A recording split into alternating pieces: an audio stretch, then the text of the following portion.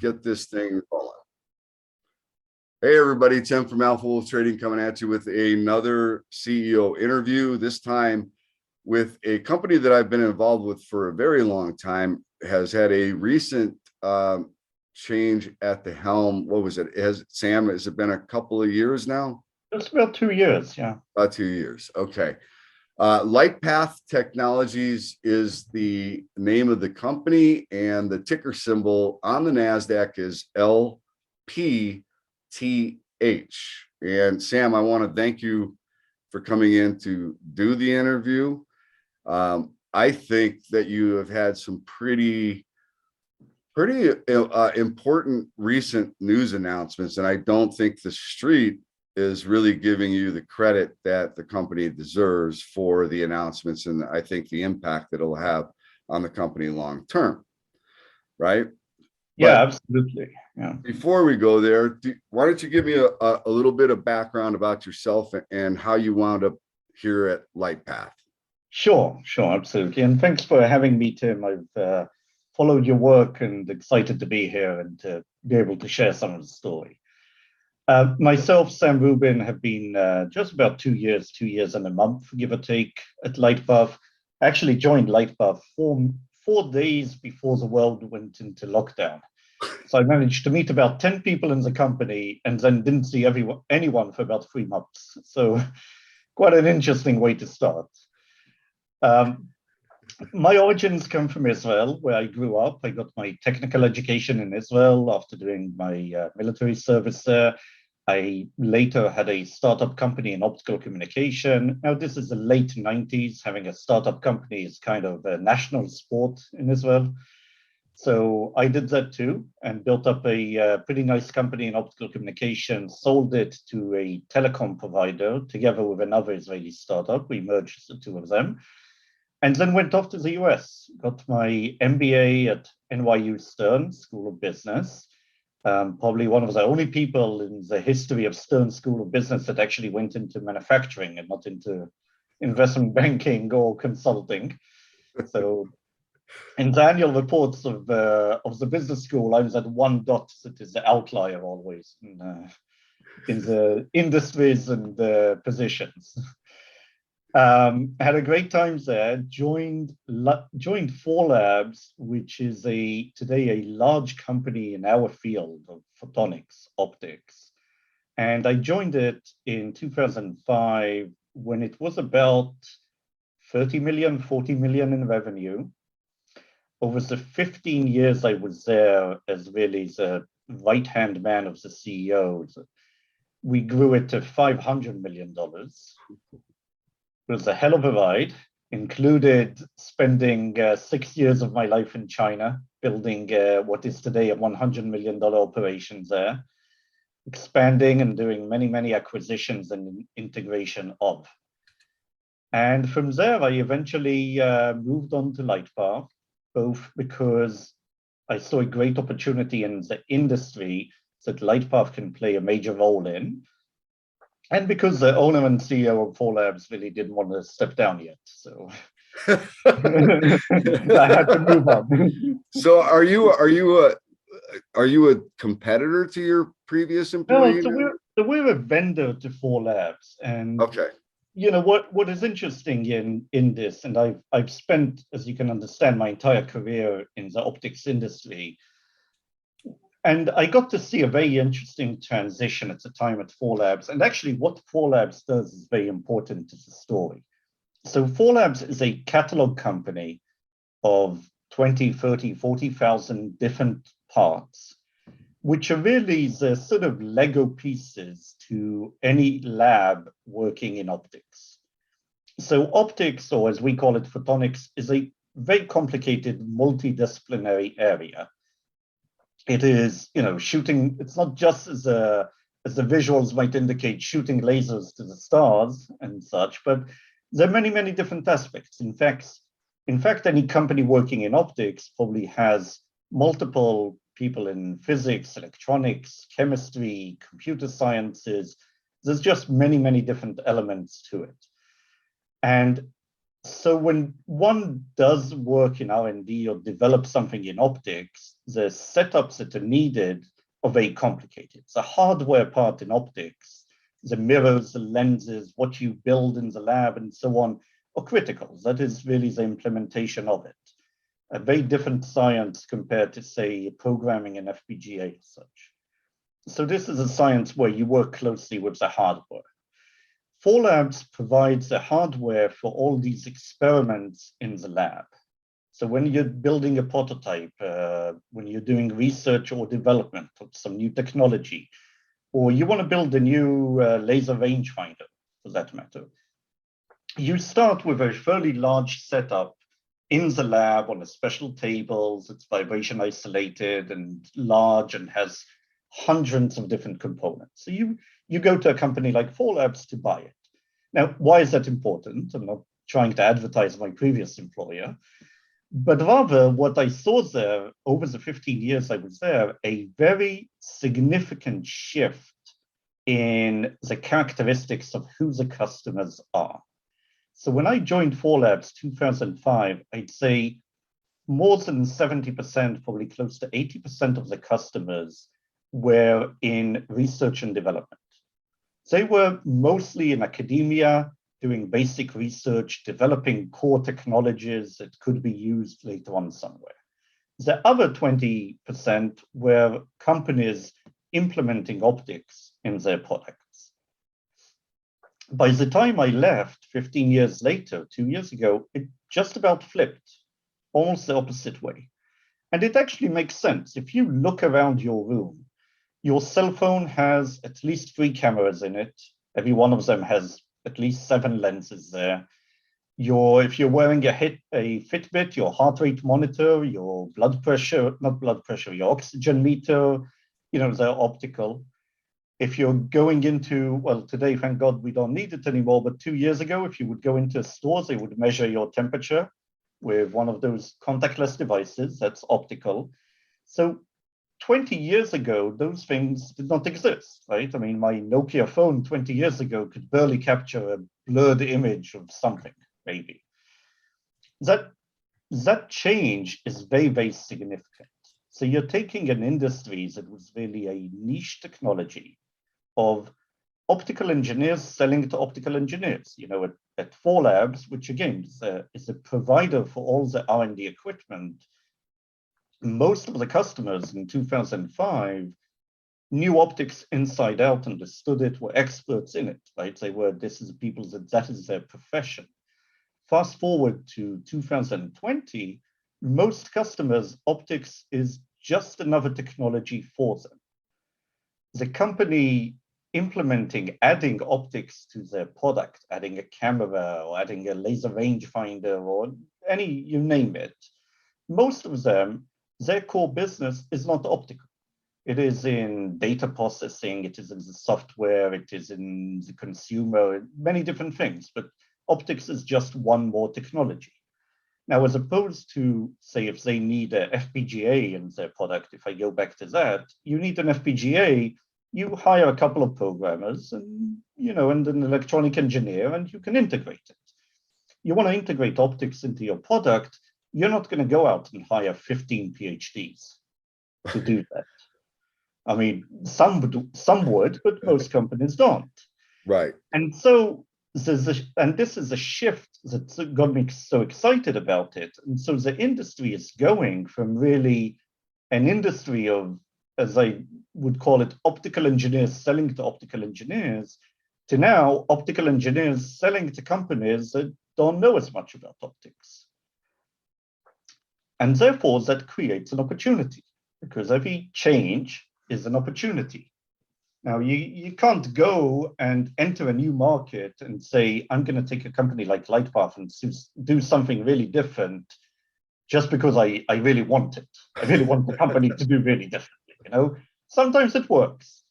But the places where the biggest opportunities happen are when there's some fundamental change to the industry around you that you are early enough to identify and you're well positioned to execute on it. And I believe that is the case today with Lightpath. we're very well positioned with a very strong platform, brand name in the company, very unique technologies that are very important to this, and now a leadership team that understands that change, understand what started to happen, and more importantly, what needs to happen. And so we can now take this company that was in the past primarily a component company focused on really being just the lowest cost provider of components to saying, no, instead of just selling components and competing with Asia on the lowest cost all the time, we're going to take our technology and we're going to leverage it to be the partner to our companies, to our customers, to implement optics in their product. So and you're going to help them engineer the solution that they need. Exactly. So they can come to us and basically outline what they need the optics to do in their system. And from there, we will work with them. The plus for us is we not only create unique value to the customer by engineering it and working closely with them, we can also capture that value because we own the design and we provide to them the complete assembly, in a way, a black box. And as you know, anyone that studied business school strategy would say the key is create value and capture the value. Being the lowest cost provider and fighting over that, that's not a sustainable value creation. It's very difficult to capture that value. The companies buying components know that very well, and they know exactly how to get that out of you. So so I want to highlight this point. So when you help engineer the solution, you maintain, because you came up with the solution, you maintain the rights to that solution?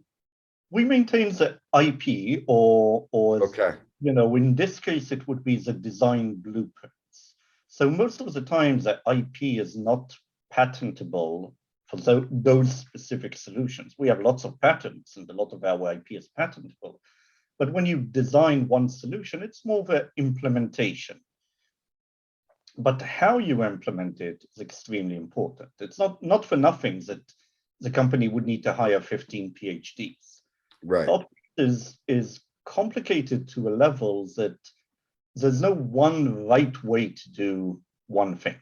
There's many different ways, and you can achieve, you know, ideally your same goal or similar goals in different ways with very different cost, size, weight, you know, sustainability, scalability to manufacturing, all of those. Is, you know, take even the most simple of a lens, like the glasses you and I have.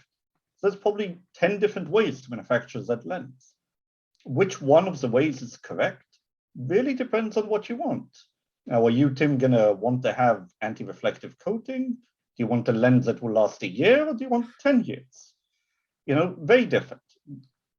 Part of bringing the domain expertise to the customer is not just the design, but is the right design for their need. And so the real value that we create here, and that's why we can capture it, is really optimizing what we're designing for their exact need.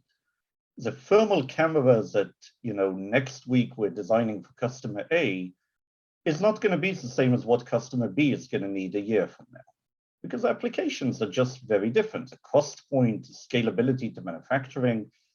We work with customers on one hand that make the contactless temperature measurement devices. You know, in the year 2020, we produced about 4 million lenses. A great deal of them went to those temperature measurement devices. Now, those are very specific cost point and very specific lifetime to them. You know, not necessarily because of our optics, but I can almost guarantee you that that temperature measurement device that you bought in $10 isn't going to last you another 20 years. Now, that's one specific design of actually a thermal measurement device. On the other hand, we work with space companies where we are implementing and building for them or with them space optical systems for space. Sometimes a thermal camera, sometimes a free space optical communication between satellites. Now, those are completely different. Some of them, a thermal camera for the military, needs to guarantee to remain up there for at least 20 years. They're willing to pay an arm and a leg for that, obviously, and they do, right? So it's a very different manufacturing process, different choice of materials, and so on.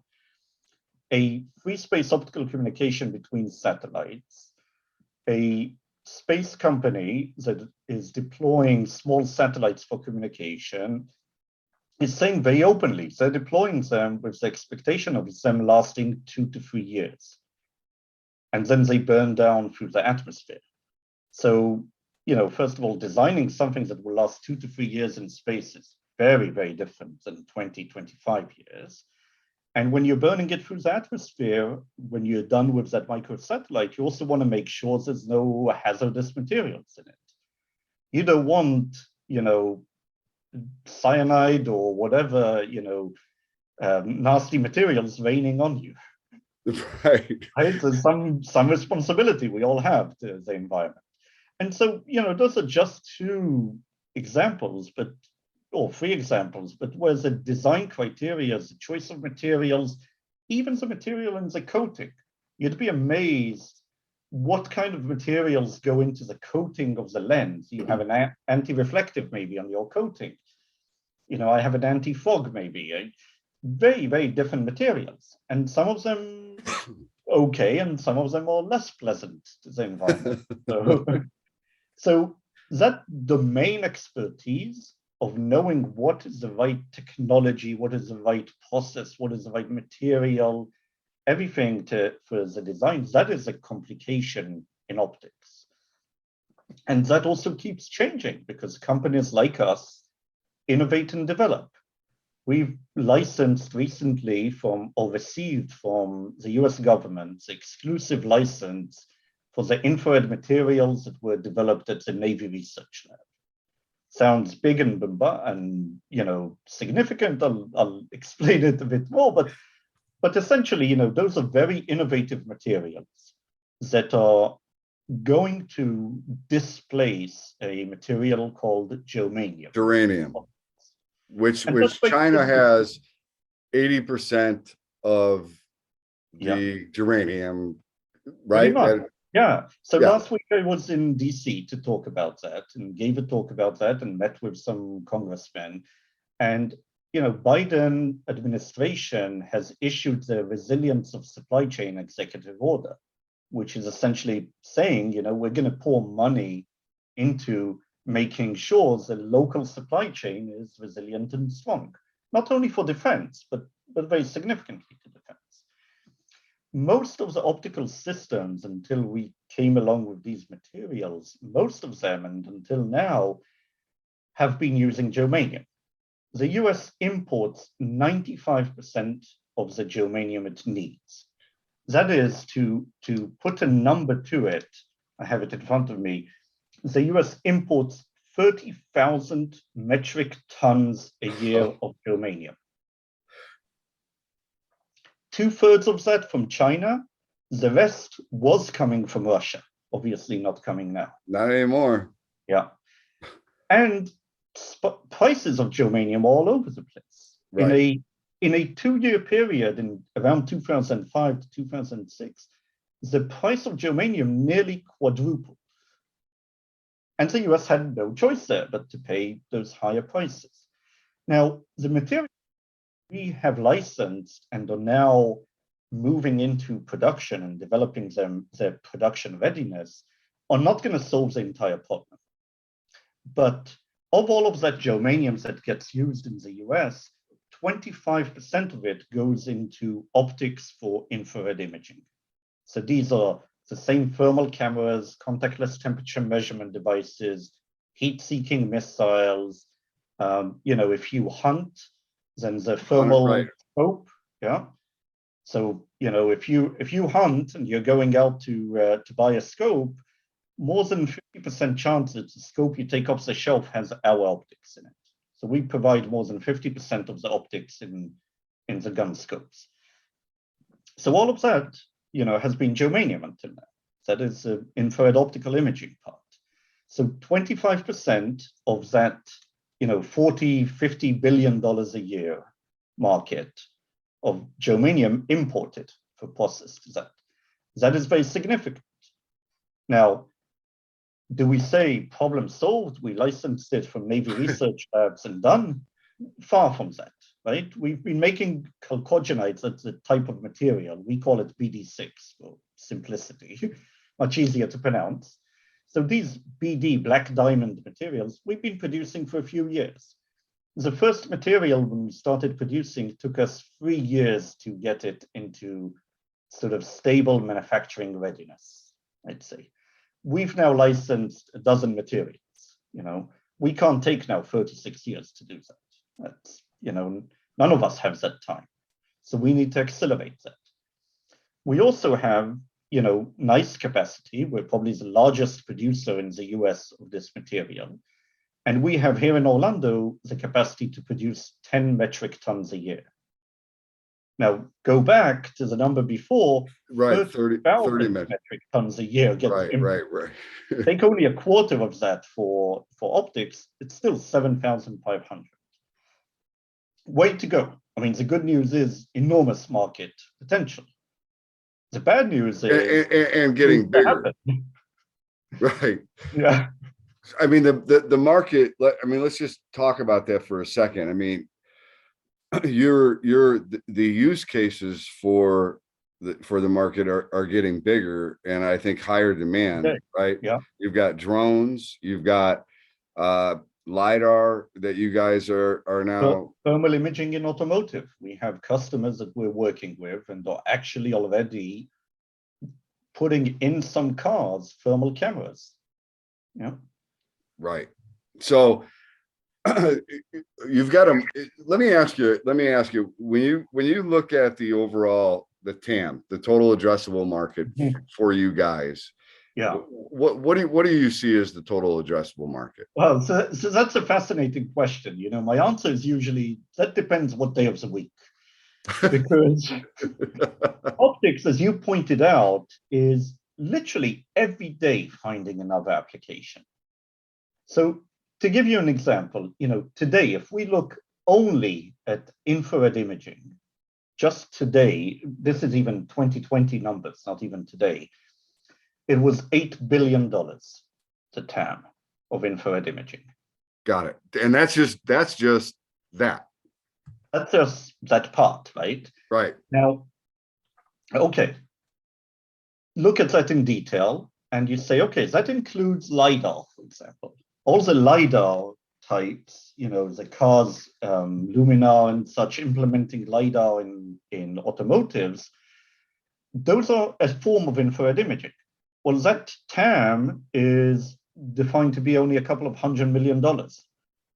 Is that really the market cap, the market size for that? These companies are valued at billions of dollars. Right? So clearly the market is seeing ahead and saying, okay, that TAM alone is going to be in the billions. Right? And so the numbers here, they're mind-boggling sometimes to talk about them, but this is an area that sees a CAGR, a compounded annual growth rate of 20% about.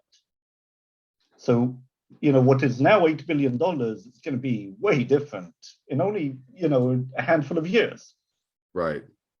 And so the opportunity is enormous. And like you said, every day, another application. If tomorrow GM decides to add a thermal camera inside the cabin to see if someone, God forbid, left a child in the cabin, so that's probably one of the only ways you can. Or a dog. Or a dog. Pet.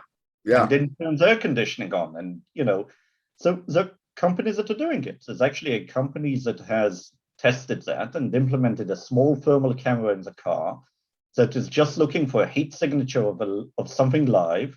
And then, I don't know, I assume would turn on the air conditioning, maybe would blow the horn, something. That's smart. Okay, that's actually really super smart. It is. And but that's, so if tomorrow mornings that happens, add another billion to your market, to your TAM. That's the amazing thing about the technology is people keep coming up with brilliant ways to use it that are just, again, they're based on the fact that optics can do many, many things. But Right. do those companies really consider themselves optics experts? Would GM want to now deal with designing the optics and so on? No. So there's a whole supply chain and integration level to it. And that is exactly what is happening in the industry. So Lightpath identified this is happening specifically in the area of infrared imaging because the cost of all the different elements related to infrared imaging have become much cheaper. So mainly the detector, first of all, about 5 years ago, the prices for those dropped because of an advancement in technology. And so what today, the cost of adding a thermal camera inside the cabin for maybe $30 to see if there's someone live in there would have cost $3,000 10 years ago. Right. So, it's a classic sort of, willingness to pay is beating the cost, more applications. But this happens every day almost in optics. The other week I talked to a company that is launching small satellites, like tiny cube satellites, for detecting methane leaks in factories. So part of the issue in global warming is that the gas, methane, leaks out of power plants, factories, and is invisible and you can't tell it, and you can't tell it's there, and you need to identify it. Well, those tiny satellites, can hover above certain areas and just identify, okay, too much methane here, this is where it's coming from. Another, brilliant use of optical technology. And it's the same thing for drones. I mean, so right now, I mean, I know of several companies that are doing sewer inspections where you used to, put guys down, that you had to put basically like a vacuum system into the sewer. Yep. It's to suck the methane out in case it was there, right? Right. And they've got to wear full blown Yeah. masks and the whole thing to go down in the sewer. Well, now they're just using drones down and flying drones down the sewers, right? Which is much smarter. Yeah. And what do you need? You need optical components to see if there's methane down there, right? Yeah. Yeah. And to see you're not hitting any walls in the dark. So, Right. Yeah, absolutely. And what's incredible about it? Just the other day, someone shared with me a statistic, at least in the defense side. I don't know about the civilian side, if that applies as well. Besides the really massive drones that we see, like the ones in the movies and all of that, most of the medium and small sized drones get used 2 or 3 times, and that's it. It is almost like the Gillette razor blade model. It is just amazing. I would always think, okay, you build something like that, and okay, now and you have it 10 years until the next technology comes in. No, fly it 2 or 3 times, and that's it. These things get beaten up. They're flown by not professional pilots, being used in places, hit trees, whatever, and that's it. So imagine if you're flying something like that around, and on it is lenses made of this germanium that is both heavier in weight, but also costs you like 4 times as much. Right. Well, what would you do? Is that 4 times as much, or would you go and use made in the USA cheaper material? I mean, it's a no-brainer in a way. Right. No, that is a no-brainer, right? Yeah. I don't think so. Real quick, let's talk about so you have the BD6, and I think one of the issues was that it was a softer lens. Right. That is part of the drawback of the lens. Right. Mm-hmm.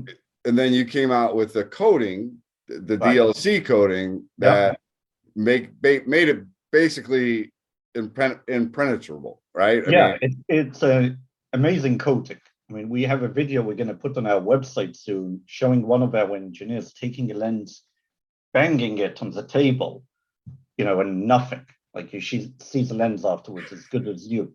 You can't do that even with regular glass, not to mention. So DLC stands for diamond-like carbon. So it's a special coating applied using a chemical vapor deposition, a CVD process, in which you're applying carbon on the top of the lens in a way that it becomes similar to synthetic diamonds. And diamond, as we know, that's the hardest material in nature. So if you're able to produce a thin layer of synthetic diamond on the lens, that's what we're actually doing, you've got the hardest material in nature on top of something that up to 5 minutes ago was a soft material. So, not only problem solved, you actually improved it far more than what the alternative is. And that's what that DLC coding is, what got you through the hurdle of getting approved with BD6 for the Department of Defense, right? Exactly. So that was a very long process to do, and they put it through through the rings. I mean, the tests they do on it, I would not want to be that lens. And I can understand why. Having been a soldier myself in the past, you pretty much abuse your material, your equipment. Right. And so, yeah, passing that hurdle is a very big deal. I mean, there's no customers that would question the validity of that material with that code now once it went through that. Absolutely. Right. Yeah. Right. So, and when you announced that, I mean, when was this article? You guys, that was probably a couple of months ago. Something like yeah. that. So, well, I mean, March 9th, 2022. Oh, not even, yeah, a month right? ago. Just about, Lightpath receives the military qualifications for BD6 DLC lenses. So yeah. I thought that was a massive announcement, right? Yeah. I just thought the impact that was and I don't like to use this word a lot, but I thought that was a transformational announcement, right? I think the material with the coating is transformational, and this is a major step in enabling that to happen. And the stock did absolutely nothing. Yeah. I think that's part of, that's part of being a micro cap and part of having a lot of retail trading, I'd say, today, which is understandable. But let me phrase it this way. Our larger institutional holders, which account for 35 to 40% of their holdings in the company, understood it exactly. Well, here's the thing. So you just brought up a good point, and this is why I do what I do, which is, retail investors I think we get a bad rap, right? So they're not educated. I don't think that a lot of the retail investors know what they own, right? And then and if you don't know what you own, you lack conviction. And when the stock price, pulls back, you get concerned, and then you sell because you think something bad is happening at the company. And in all actuality, things are getting better for the company, right? And there's much more opportunity ahead for this company than there has been in the past. So I want to back up for a second and talk about the fact that you did take over this company at the beginning of a pandemic, right? Yeah. Which is a pretty significant, I would say that's a pretty significant occurrence, right? So a pandemic, you can't really plan for a pandemic. I would say once in a lifetime, but I don't want to jinx it. Right. You can't really plan for that, right? Yeah. So absolutely. And you had some, let's talk about a couple of other things that happened. So you took over and you got the pandemic, and then you identified that there was something funky going on over there in China.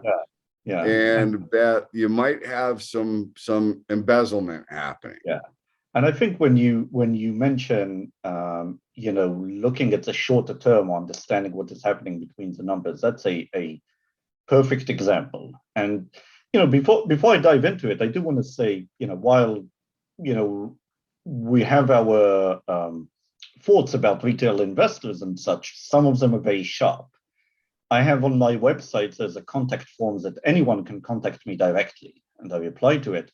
And I get some fairly sophisticated, good, small investors asking, and some of them do a lot of homework. So I don't want to make No, a generalization. no, you're right. I mean, there are some, and my goal is to help retail investors become more do the due diligence, right? And get the story out. Absolutely. Yeah.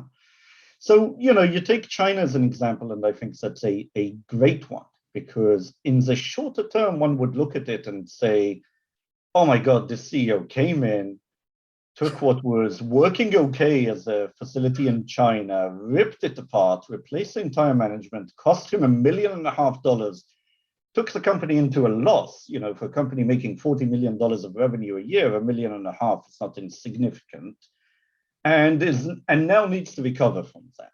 And yeah, sure, there's, he can't travel there because it's COVID and there's many excuses, but the reality is, company was turning a profit before, and now he came in, and suddenly it's not turning a profit. Absolutely true in terms of the hard numbers. But now read between the lines and follow it through. The CEO is saying also, I did all of that because I found out that for years, almost since day one, they were skimming millions of dollars. Not small cash, millions of dollars. For a company that back then was making $12 million of revenue a year. So, okay, you get rid of someone that's stealing from you, you're actually better off with that. You get to keep the money. So that longer term view of understanding that, okay, you pay $1.5 million now in terms of hit, but you've actually now gained back a few percentage points in both your product price that flow all the way down to the bottom line, right? Because that's a pure skimming off the top. And you're actually far better off.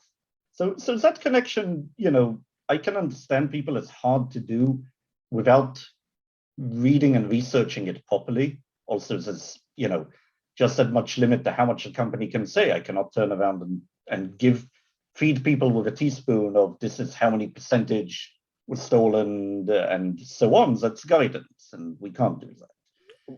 Right. So you're right.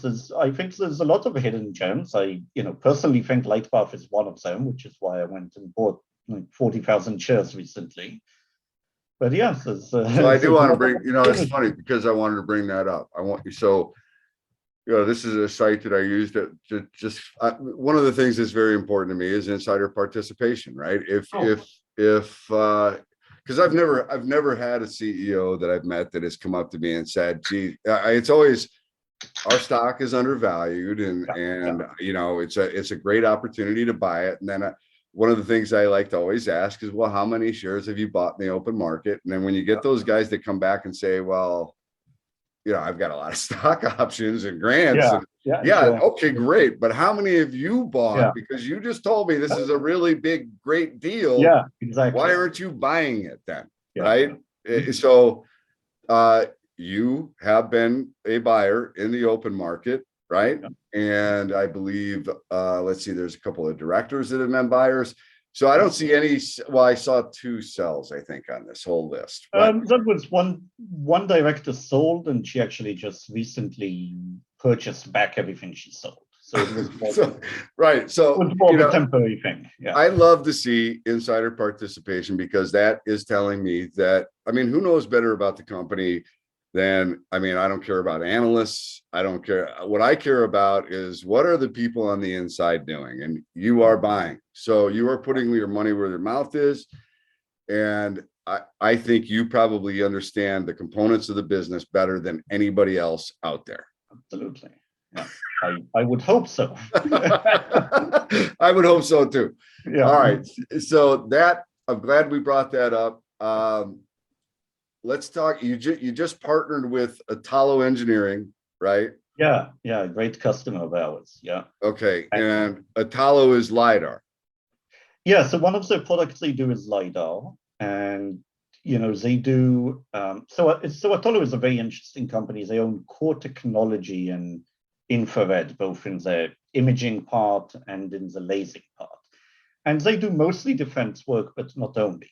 One of the products that they developed is a form of LiDAR that is really a I'd say, a simplified LiDAR in a sense of it doesn't give you a complete map of everywhere, but it's more sensing proximity.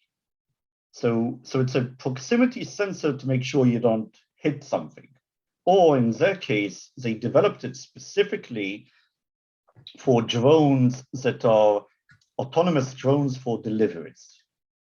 So autonomous drones for deliveries, okay. if you think about it, fly very, very fast from one point to another, need to make sure they don't hit neither trees nor other drones also, and then need to land autonomously, pick up and go, right? And all of that is without what we see in the movies, a crew sitting in a trailer driving them or something. That's purely autonomous. So those drones need to be able to get a very, very fast reading of data of where they are compared to something else that might be moving, or they are moving at a very fast speed. And that's what Atollo has been developing, which is very cool, a very lightweight, fast form of radar or laser rangefinder for that. Now, until now, they were using conventional optics in it, meaning conventional optics is like we're familiar with always, is like round lenses, what we would call spherical or sometimes aspherical lenses, but essentially you take a beam, you shape it through a round lens. Now, if you want the beam to split into two, you might pass it through a prism. If you want to redirect it somewhere else, you might pass it through other elements. In the last few years, a new technology came up called freeform optics. As the name implies, the form of it is free from constraints, meaning it no longer has to be a perfect round lens, or a prism doesn't have to be a perfect triangle. It can be actually two combined. Imagine a prism that one surface of it is curved like a lens. Now, these didn't get implemented because you can't produce them easily. But once you can produce them, you actually can get one element to do what beforehand was you needed a few different optical elements. So you take that example of a prism and a lens, a prism and the lens separately, or a prism that has the lens curved on it. Less weight, less material, less cost, less processing. All of that is great, just that those parts could not be produced in mass. The only way to make them was to take a block of glass, put it on an optical CNC machine, and literally machine off that weird shape that you couldn't otherwise produce. What we've done is we've taken our technologies that we pioneered 30 years ago of precision molding lenses, a technology that until now was used to mold into shape, just like plastic injection molding, but of glass. So we would produce these round, perfect lenses by molding glass into shape. And now we've taken it and stretched the limits of it to mold these bizarre shape freeform optics. So now you go from what used to be a dream of optical designers of being able to design without any limitations of shape and really come up with the craziest shapes you want. But the only way to produce it would be to spend $500 every time to have it machined, or to buy a $400,000 machine that takes 6 hours for each part, to now us being able to use our molding technology. So we need to machine it only once. We machine the mold, and then we press a piece of glass and we get the final shape. So that is now enabling companies like Atollo and many other LiDAR companies we're working with, as well as AR, VR goggles, to redesign their systems to make use of that. So you're reducing the number of components, which in AR, VR, and all drone applications is very important because of weight and size. You're reducing the total cost of ownership of that optics and the optical system, and you can improve some of the optical attributes. We're working with a leading LiDAR company for automotive that has redesigned their optical head to have a larger field of view. Because now you can have a lens with this really funky shape that can scan in such a crazy field of view that before just wouldn't be possible. You would have too many aberrations. So the technology is fascinating. So let's say they finally come up with the odd shaped design. And as you said, the issue would have been before that they would have had it, have each one of those cut out. But Yeah, once you get that one lens that they want and they finalize, say, this is it, you yeah, can mass produce them because of your molding. yeah. So we have the capacity to produce 4 million molded lenses a year. Now, that capacity can be used, the same machines can be used to mold a lens for $2 a piece for a telecom company, as we used to do a lot of, or $20 a piece for a crazy shape, large LiDAR lens. So what we're doing is not only enabling a new use and a new technology, we're also utilizing our equipment that we build and design ourselves, by the way. That's why we're able to make those changes, because it's not commercial equipment. It's part of our unique technology. We're able to now leverage that same equipment that we have Over and over hundreds again. of, to make different lenses that have much more value, and that also bring us much closer to the customer. So that's another key element about Right. So because you're designing these things together, you're working. Exactly. And we're doing You're working together. It's not like you just call up and say, hey, give me some of these. And they say, okay, right. we'll ship them out. You're working with them on a solution. Yeah. So in a classical lens, the customer would design his system, spit out the drawings, send them to anyone that can make it, and you need to bid for it and be the lowest bidder. We're here working with their engineers. We're contributing into the design. We're actually providing a complete module assembled. So the value here is significantly more. And all of that is enabled, and enabled is a key word here, is enabled by the fact that we have unique technologies. So, many people can go and implement that same strategy and say, okay, instead of being a component company, I'm going to be a solutions provider. Here I have my 15 PhDs, this, all great, absolutely true.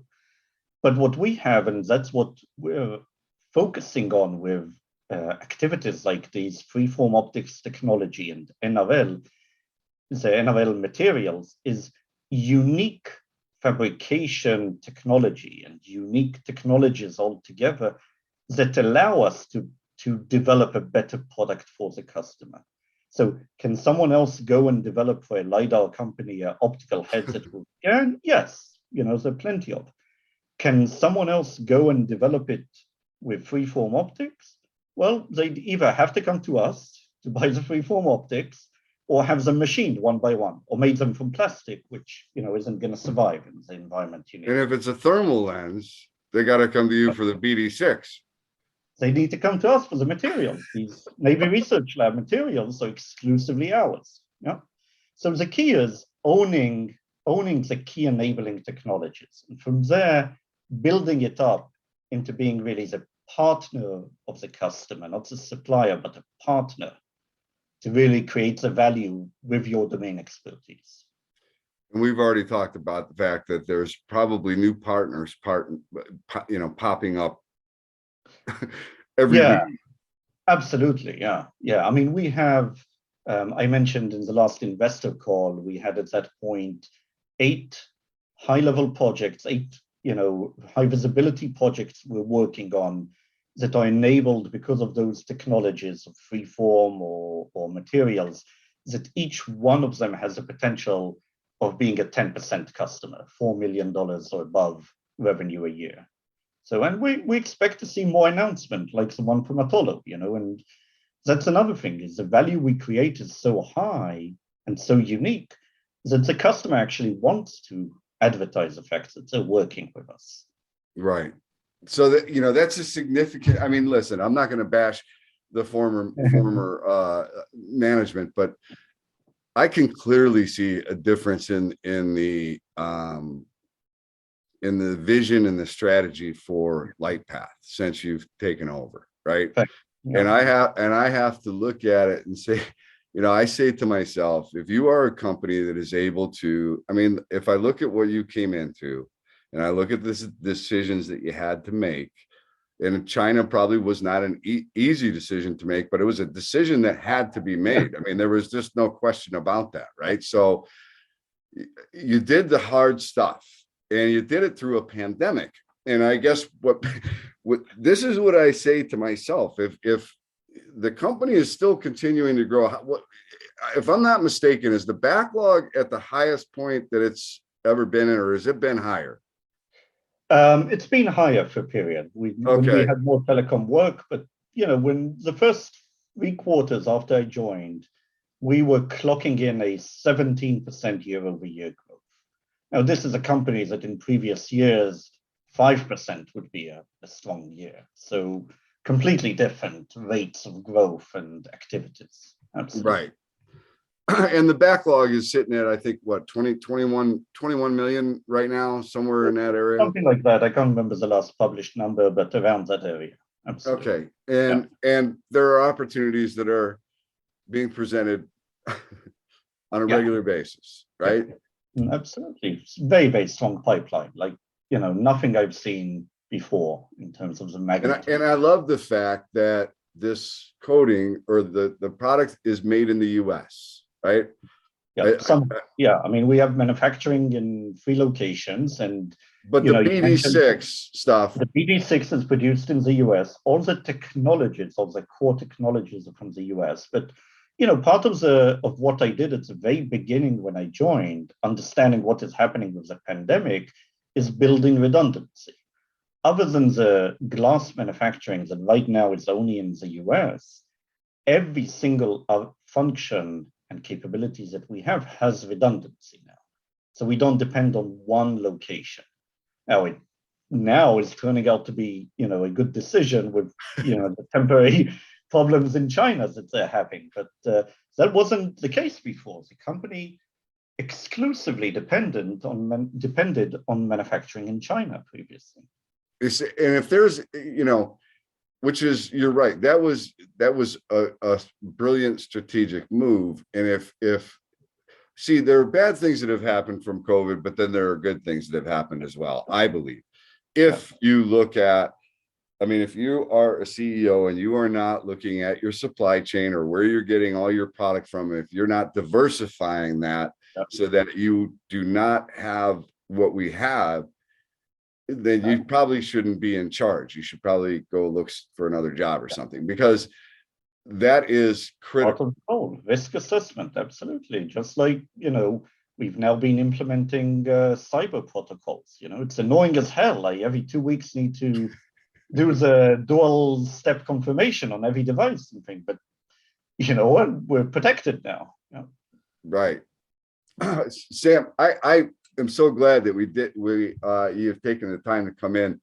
Let me ask you, for the next 6 to 12 months, what do you see as potential catalysts for Lightpath? Yeah, I think design wins. Absolutely. I mean, these, opportunities that I talked about that we're in development stage, some of them are just phenomenal and can be great design wins. And I think us, moving ahead faster with displacing Germania. I mean, last week in DC, it was clear that the administration is also very aware of the fact of the dependence on China for this key material and the need for a change there. So let me ask you a question. You said 10 metric tons right now, the capacity for Florida, right? Yeah. I mean, what would it take for you to be able to double that? What would you have to do? We can do that, and we can keep growing that, and we do. All our CapEx is funded from our own cash flow. I mean, this 10 metric ton was half of it 2 years ago, and then we doubled it, and that's, and we continue to grow and double as needed. The issue actually with the displacing the germanium is more of the market adoption part. Right. And so it's not as much the capacity. The capacity, we will always be able to grow to match the demand. Okay. That's sort of, the beauty of the cash flow and the strength of the company. It's getting more of the engineers out there to stop designing with germanium and start designing with this material. And for that, some, effort needs to be made by additional stakeholders, not only us. And that's why, I go out to Washington, I go to meet with key Well, customers. yeah, I mean, the acceptance, the acceptance of it for the defense, I think is going to, I mean, that's going to help your Absolutely. a lot, right? Yeah. I mean, it just It just validates the product. And it's like, okay, there's no question. We don't have to worry about Right. what, if we do all these lenses, we have to do a product recall because, it didn't perform, right? Yeah, not an issue here. I mean, this is field tested already and then deployed in, the hands of many, many soldiers. So, yeah. Right. Okay. So that's, I mean, that is, to me, is not even a concern. I think that's just going to open the faucet is what's going to happen. Yeah, right. yeah, absolutely. I mean, there's, as you pointed out, if you follow our announcements and the topics I talk about in my quarterly meetings and such, it's a collection of many activities that all contribute into that. And again, it's about technological differentiation in those. All right. So about having and owning that. Yeah. Let me ask you, so how many shares do you guys have fully diluted outstanding? Do you know? I believe it's around 27 million. 27 million? I believe so. I'm not sure. Okay. And then, I mean, it's the stock actually trades okay volume. I mean, compared to a lot of those micro cap stocks. I mean, some of them don't trade any shares in a day, but what I wanted to kind of highlight on your chart here, and then there's a couple of things that we're going to talk about. And look, technical stuff, not everybody gets it, but, and I didn't get it for a long time. I was a fundamental guy, and I could not understand how, if you look at a chart, that is going to help you identify what's going to happen in the future. But technicals are amazingly, they have a lot of information. I mean, it's like an X-ray, right? So as I looked at the chart this morning, so you had a pretty clearly defined area of support here. When I say that, it's because of this area is being tested. And then you had this spike down, this candle right here a couple of days ago. Yeah. And what likely happened is you had a bunch of people that had their stops just below this area because this was acting as support. So you put in a stop loss just below that to protect yourself. And then what happens is you get this sell-off that takes all those stops out. Yeah. But by the end of the day, where did this thing close? It closed right back at that area of potential support. So I don't care what a stock does throughout the day. I care about where it closes, and it closed right at that level of support. Now, that's not to say that this won't go back down and retest that 150 area, which if you look at it, 150 is also an area of support, right? So that's and it's just, this is where it gets spooky to me, right? That candle came down and it literally tested that area right there and right there almost to the penny. Yeah. And it bounced. Yeah. Right. Yeah. So that's where it gets a little interesting to me. So from a technical standpoint, I don't know if that was a candle, like I said, if it goes back down and tests that 150 area, then you get a double bottom, almost a confirmation that that's the low. But there is another thing that the technical guys are going to look at and not like, and that's going to be this blue line is your 50-day moving average, right? And it just crossed below the 200-day, which is this white line. And that is called the death cross. And that is not a nice sounding thing because it's a bearish indicator. But, indicators are just that. They're indicators. I don't put anything, I don't think anything is the silver bullet. It doesn't tell you. There's just too many variables. This could be a slow. What's also interesting is it looks like to me, the 50-day is starting to flatten out a little bit. So what you might have is just a period of consolidation. the other thing that I would suggest is that the micro cap, small cap space has been getting pounded for the last 12 months. It's the sector. It's not, it's the sector. It's not literally company specific, right? So how are you sitting, Sam, on cash? I mean, are you good on cash? Yeah, so we have more cash than we have debt to begin with, and we're paying all our investment that we need from our own cash flow. So a pretty good cash generation. I believe we were at about $5.2 million in cash, something around there, in the end of the last quarter, with about $4.5 million in debt or so on.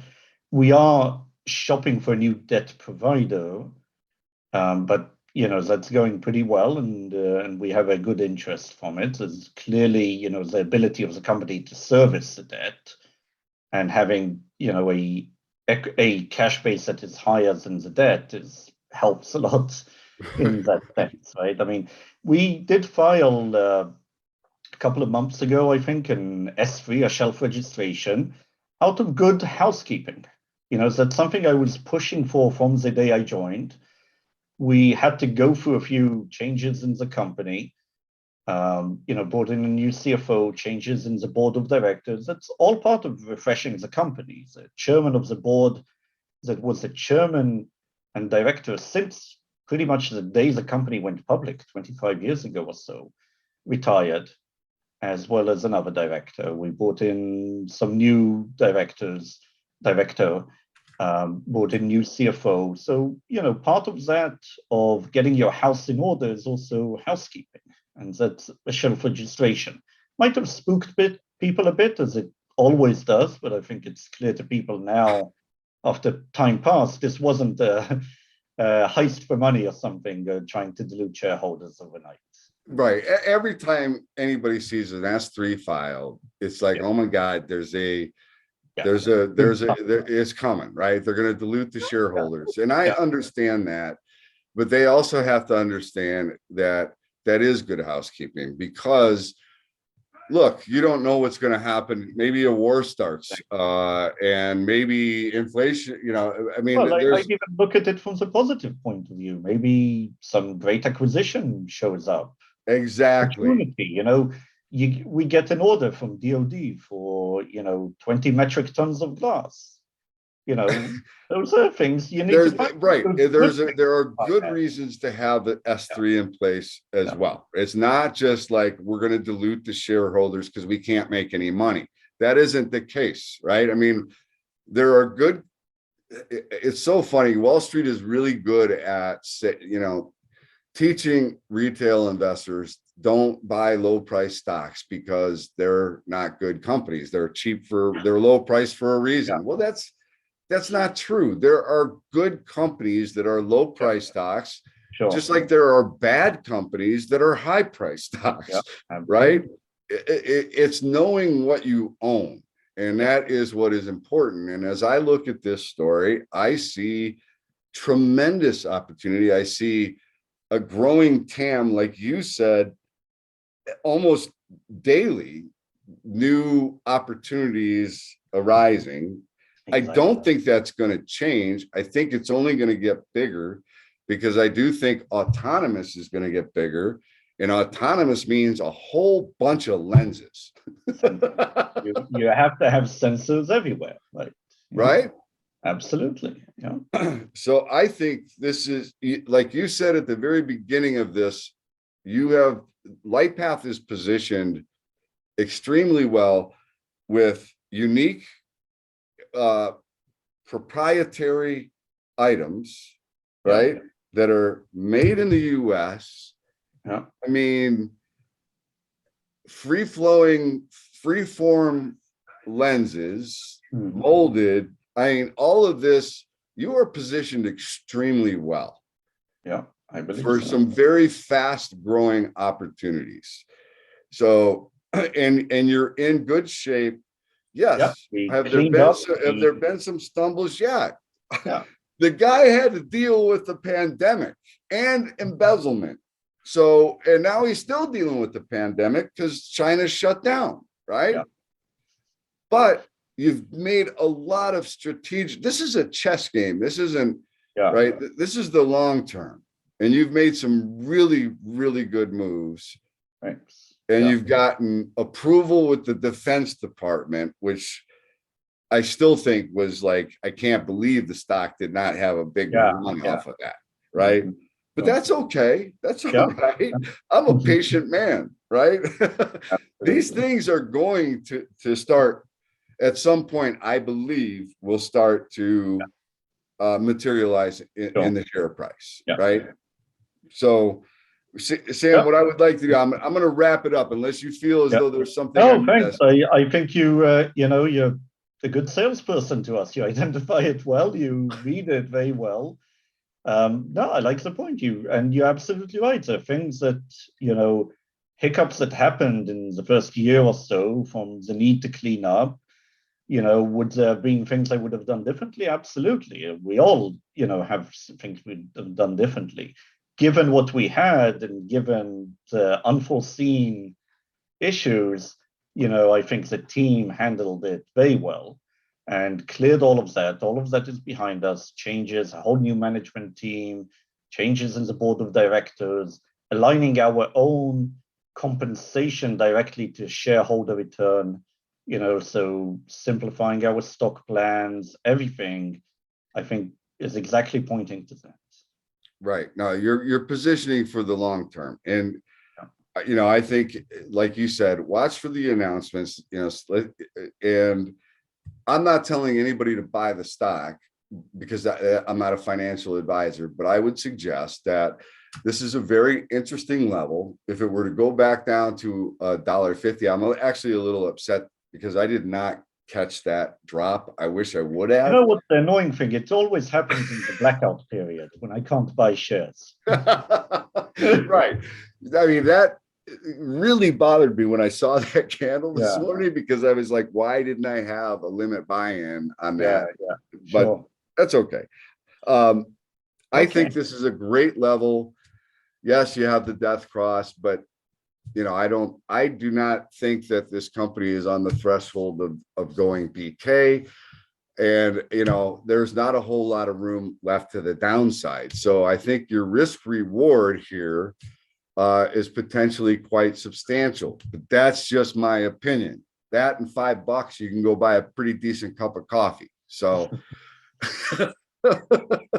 I'm going to wrap this up, Sam, but what I would like to do is I would definitely like to have you back maybe in a quarter or so and just get an update.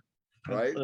But I'm going to, don't go anywhere. I'm going to stop the recording and hey there, all you stock market junkies. Thanks for tuning in to yet another CEO interview here at Alpha Wolf Trading. Today we had Lightpath Technologies, ticker symbol LPTH,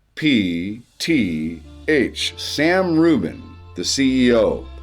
I hope you enjoyed today's interview, and if you did, do us a favor, give us a like. Why not give us a share? And while you're at it, how about giving us a follow? Until next time, stay safe. Alpha Wolf Trading wishes you the very best of success.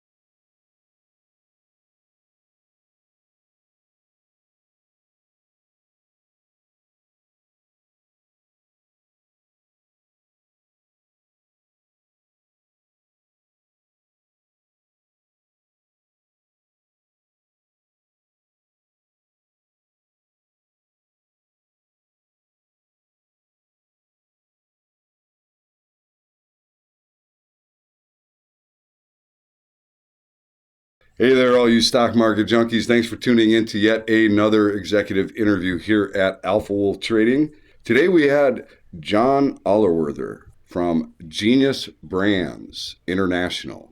Ticker symbol GNUS. I hope you enjoyed today's interview. And if you did, do us a favor, give us a like. Why not give us a share? And while you're at it, how about giving us a follow? Until next time, stay safe. Alpha Wolf Trading wishes you the very best of success.